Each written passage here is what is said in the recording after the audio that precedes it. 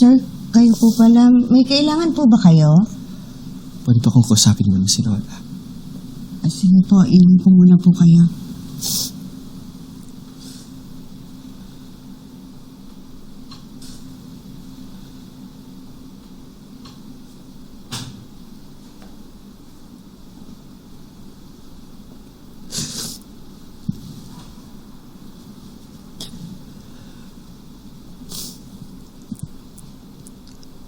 Sorry La.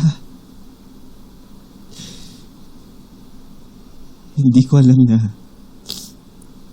may mabigat pala pa kayong pinagdadaanan. Alam ko, sakit ako sa ulo. Pabigat ako. At alam kong wala na kayong masasabing maganda sa akin.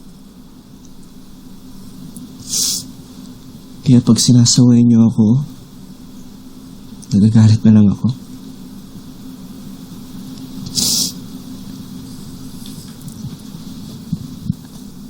Pero La, hindi ko kayang makita kung nagkakaganyan.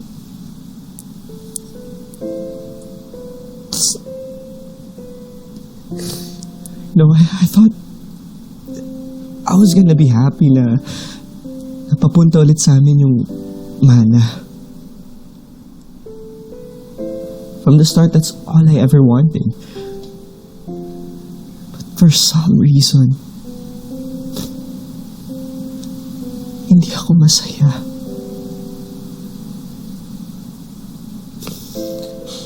Siguro dahil nakikita kitang nasasaktan.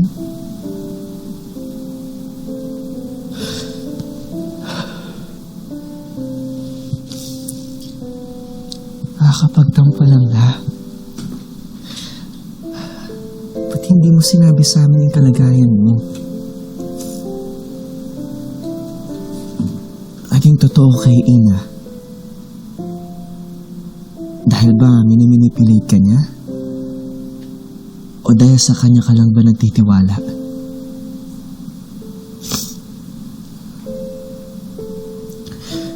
Nasaktan ako, Lola, nung naglihim ka sa amin. I'm still here. Lola, I'm still your apo.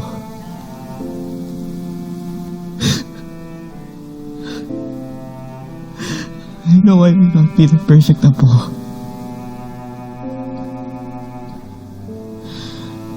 Alam ko sa puso ko, Lola, na mahal kita. Kahit hindi mo nararamdaman.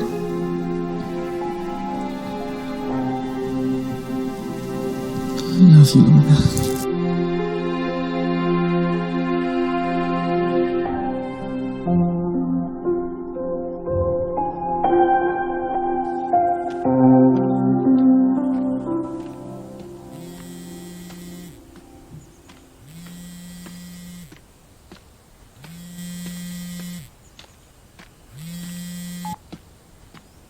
Mina. Kuya Edwin? Nasaan na po ba kayo? Nakalayo na kayo? Lumayo na po ako. Wala na rin naman ako magagawa. Meron po, Ma'am Ina. Kapag nakapag-usap kayo ni Madam, alam kong matutulungan ka niya. Hindi siya papayag ng malayo ka ng ganyan-ganyan lang. Kaya tutulungan ko kayo pareho. Huh? Alam kong ikaw lang din ang makakatulong kay Madam eh. Kaya tutulungan ko kayong magkalapit. Para makapag-usap kayo. Yung mga gamit niyo ako na lang bahala.